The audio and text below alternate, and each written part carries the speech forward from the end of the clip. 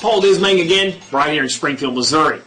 You know, getting a loan anymore can be quite a daunting task. It used to be easy, well, of sorts, but now when you go in, what's the very first thing they want to know? What's your credit? What does all that mean anyway? I mean, we keep talking about credit and credit scores, but what does that equate to you? And how do you establish it and how do you make it better?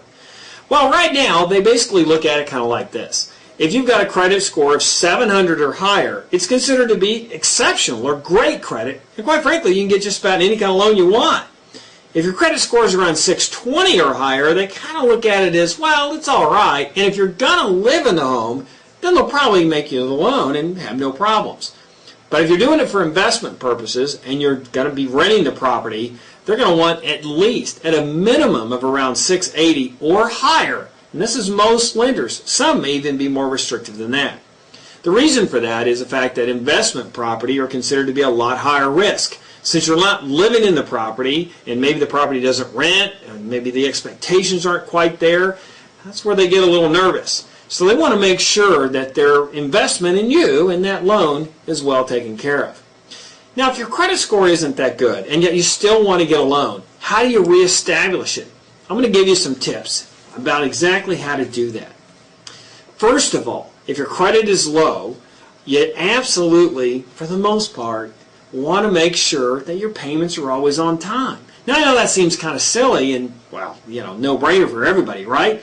But the thing is, you're never going to get reestablished until you're always on time.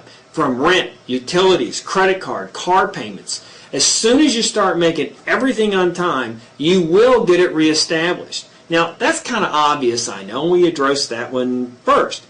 But second of all, there are a lot of companies out there that are claiming, hey, call us, pay us a fee, and we'll restore your credit, no problem. There's scads of them all over the internet. Do they work? Is it really worth your money? I don't think so. Most consumer reporting agencies and things that have really investigated it have found out they really just don't work and they're not very effective. And a lot of times what they do is they can't actually make it worse. Or, quite frankly, just paying your bills on time will increase the credit. You can do that yourself.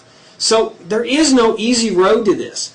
You can't just pay a fee and all of a sudden the numbers get better just like that, especially if you've got, you know, bad credit, collections, and bankruptcies, things of that sort. It's going to take time. But you can do it.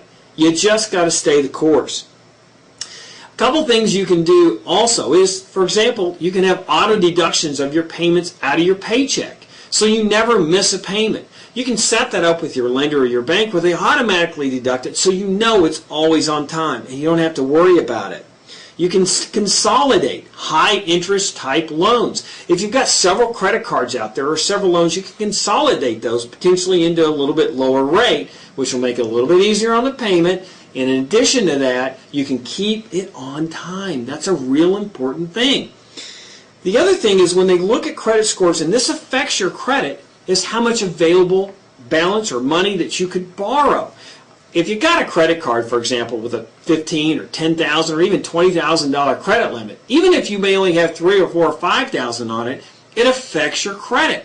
One thing you can do is call that lender, that credit card company, and get it lowered to a more reasonable amount because they look at what's available to you. And the more you've got available, the more chances they look at as far as you coming out and pulling and borrowing more money and putting yourself deeper in debt. So by bringing that amount down, it actually can increase your credit score. You can actually establish new credit. If you get like a new gas card or something, and make sure you never miss a payment. Charge a small, I'd say $10 or $15 on gas a month, but who can buy gas for that anymore, right? But if you do that and you never miss it, that will help establish your credit as well. Now, the other thing is you don't want to have a lot of credit inquiries. So if you go and you want to apply for a loan, don't apply all over a bunch of places because the more times you get credit inquiries, they're out there, credit companies thinking, this guy's trying to get lots of money, and that can hurt your score as well. So if you use your head, stay smart, keep it on focus of what you're trying to do, your credit score is going to get better. 6, 8 months, check it again, and you're going to see some improvement. But don't be late. Hey, it's Paul Dismang here in Springfield, Missouri. Get those credit scores up. We'll talk to you soon.